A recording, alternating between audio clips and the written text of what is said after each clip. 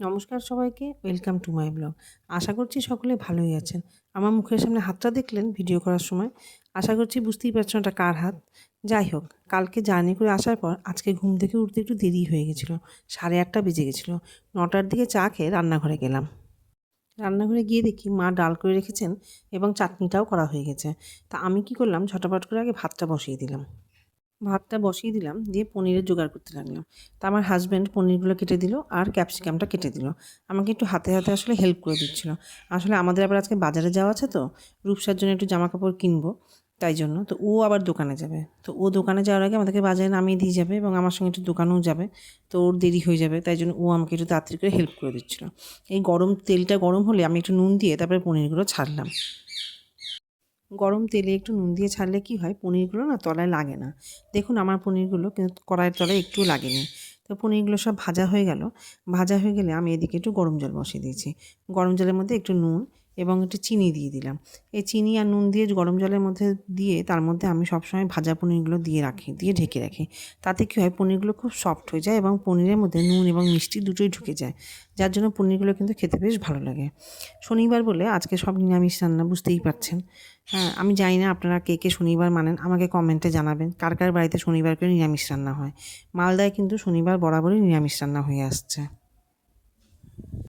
এর মধ্যে দেখলাম নেড়েচেড়ে যে ভাতটা আমার হয়ে গেছে। তা স্বাভাবিকভাবেই তাহলে ভাতটা নামিয়ে নিলাম। ভাতটা নামিয়ে নিয়ে আবার পনির রান্নায় গেলাম। তো পনিরের সবজিগুলো ওই পনির ভাজা তেলেই আমি ভাজতে দিয়ে দিলাম। কিন্তু এখন আমি ক্যাপসিকামটা দিলাম না। ক্যাপসিকামটা বাদ দিয়ে বাকি সবজিগুলো একটু ভেজে নিলাম। ভাজা হয়ে গেলে নুন আর হলুদ দিয়ে দিলাম। দেওয়ার পর তারপর ক্যাপসিকামটা দিলাম ভাজতে। এর মধ্যে কি হলো, এর মধ্যে রূপসা এসে হঠাৎ করে দেখলো যে সব সবজি দিয়ে পনির হচ্ছে। ব্যাস, যেই না এই দেখা সঙ্গে সঙ্গে তার ভীষণ কান্না। আমি খাবো না, আমি এই করবো না, কেন তোমরা সবজি দিয়ে বারবার করে পনির করো। আমাকে বলছে তুমি কি অন্য পনির রান্না করতে জানো না। ওর এই রাগ এবং কান্নাকাটি দেখে আমি আবার ওকে বোঝাতে গেলাম যে দেখ, এরকম কান্নাকাটি করে এইসব বলতে হয় না। আমি অনেক রকমই পনির রান্না জানি, কিন্তু যেটাতে সবজিটা একটু খাওয়া হয় বলে এই পনিরটাই বারবার করে করি। তো এইসব বোঝাতে আমি ওকে গিয়েছিলাম। তার মধ্যে ফিরে এসে দেখি যে মা আবার ঢ্যাঁড়সটা ভেজে রেখে দিয়েছে। তা মা যখন ঢ্যাঁড়সটা করেই নিয়েছে, তাহলে আমি কি করলাম, পনির রান্নাটা শেষ করলাম। শেষ করে একটু চিনি আর ঘি দিয়ে পনির রান্নাটা শেষ করলাম। পনির রান্নাটা হয়ে গেলে এবার আমি একটু জলখাবার খেয়ে নিয়ে গেলাম বাজারে যাবো বলে রেডি হতে।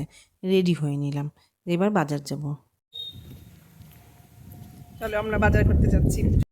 এরপর টোটোয় চড়ে বাজারের উদ্দেশ্যে রওনা দিলাম। তিনজনে মিলে গল্পগুজব করতে করতে বাজারে এসে পৌঁছালাম।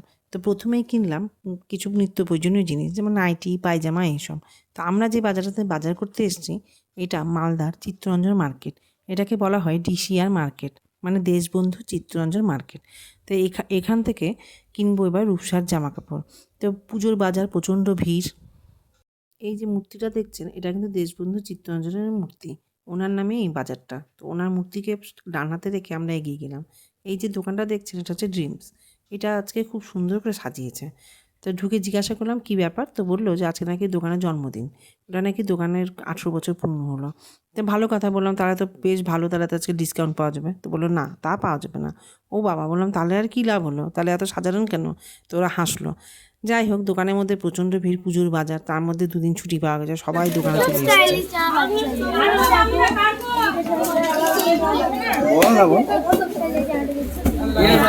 ঝুলে জিন্স